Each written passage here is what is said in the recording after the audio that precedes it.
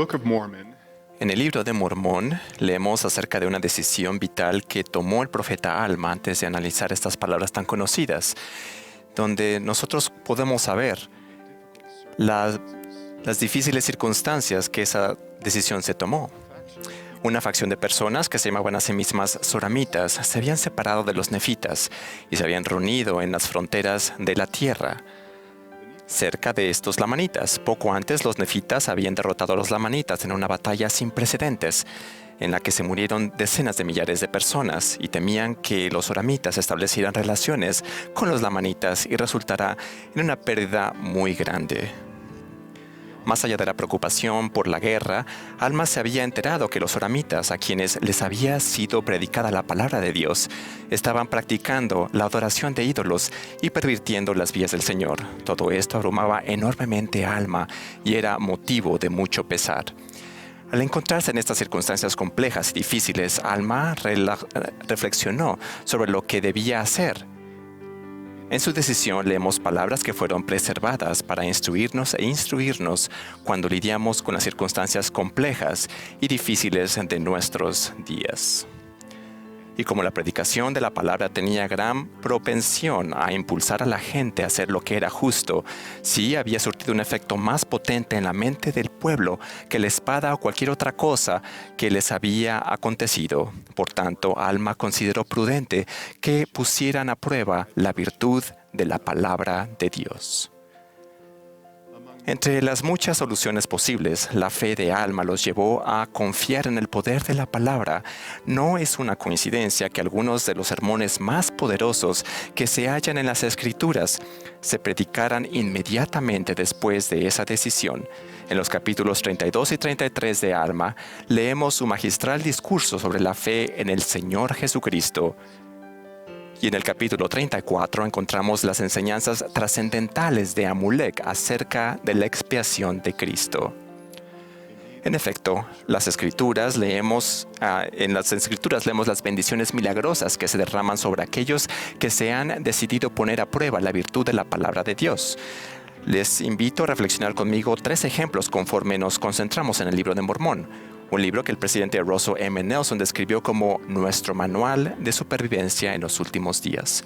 Primero, recordándole a su pueblo la manera en que el Señor liberó a sus padres, Alma enseñó: «He aquí el cambio en sus corazones, sí, los despertó de un profundo sueño y despertaron en cuanto a Dios. He aquí se hallaban en medio de la obscuridad, no obstante la luz de la sempiterna palabra iluminó sus almas». Tal vez sientan que se encuentran en medio de la obscuridad. ¿Anhela su alma recibir iluminación? Si es así, por favor pongan a prueba la virtud de la palabra de Dios. En segundo lugar, reflexionando sobre la conversión de los lamanitas al Señor, de la cual fue el testigo como misionero, Amón dijo: «He aquí, ¿a cuántos miles de nuestros hermanos ha liberado Él de los tormentos del infierno?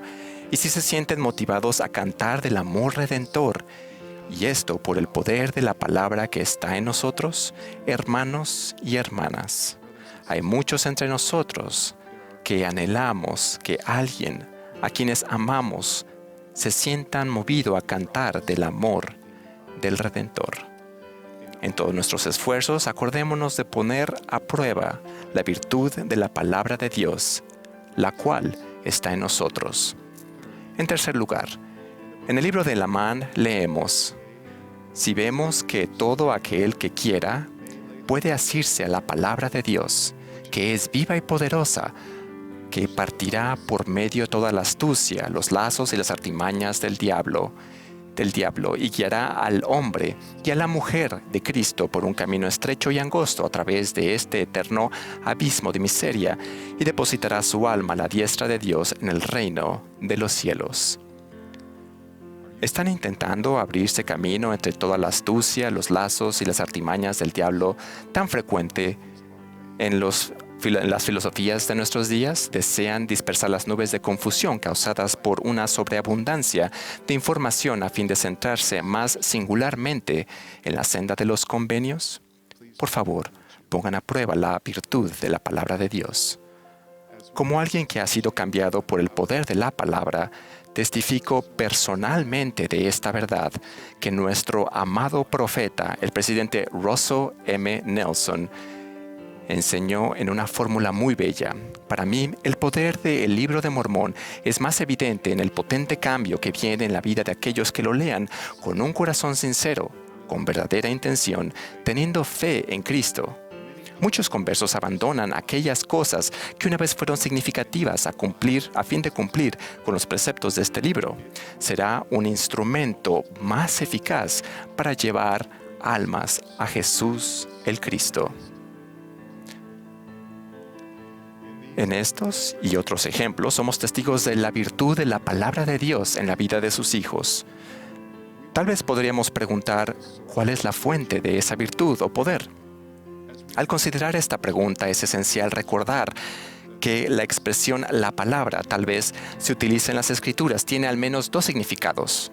El elder David A. Bednar enseñó recientemente que uno de los nombres de Jesucristo es el Verbo o la palabra y que las enseñanzas del Salvador, como se registran en las Santas Escrituras, también son la palabra. El profeta Nefi ilustró la relación entre estos dos significados cuando escribió: «Escuchad estas palabras y creed en Cristo. Y si no creéis en estas palabras, creed en Cristo. Y si creéis en Cristo, creeréis en estas palabras porque son las palabras de Cristo, y Él me las ha dado». Así aprendemos que hay virtud en las palabras de los profetas antiguos y modernos, precisamente porque sus palabras son las palabras del Señor. Mis queridos amigos, aceptar esta verdad eterna es fundamental para nuestra supervivencia espiritual en los últimos días, cuando, tal como se profetizó, hay un hambre en la tierra, no un hambre de pan, ni sed de agua, sino de oír la palabra de Jehová. En definitiva, la virtud de la palabra de Dios es el Señor Jesucristo. Cuando comprendemos esto más plenamente, establecemos una conexión eternamente significativa entre la función de sus profetas y el Redentor mismo. Nuestro amor por Él, nuestro deseo de acercarnos más a Él y de permanecer en su amor, nos instará a poner a prueba la virtud de la palabra en nuestra vida, tanto la virtud que fluye de Él en calidad de nuestro Salvador y Redentor personal, como la virtud que fluye de Él a través de las palabras de los vasos escogidos del Señor. Llegaremos a discernir que, por muy útiles que sean otras fuentes en nuestro estudio del Salvador y de las palabras de sus profetas, nunca deben sustituirlos. Debemos beber con abundancia y frecuencia directamente de la fuente. Expreso mi amor por cada uno de ustedes, mis hermanos y hermanas. Desde ese amor les ruego que experimenten la virtud de la palabra de Dios, en particular por medio del Libro de Mormón, cada día de su vida. Conforme lo hagan, les repito esta promesa profética del presidente Russell M. Nelson. Les prometo que si cada día estudian el Libro de Mormón con espíritu de oración, cada día tomarán mejores decisiones. Les prometo que cuando mediten en lo que estudien, se abrirán las ventanas de los cielos y recibirán respuestas a sus preguntas y dirección para su vida. Les prometo que si cada día se sumergen en el Libro de Mormón, estarán vacunados contra los males de esta época.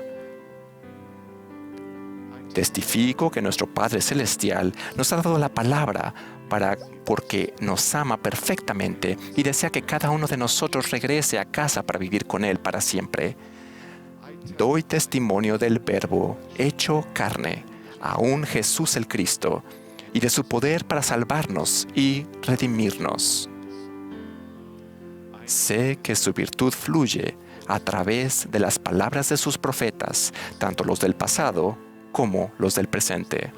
Ruego en el corazón que podamos poseer sabiduría y mansedumbre para asirnos a la palabra de Dios y permanecer en la senda de los convenios que conduce a la exaltación y a la vida eterna.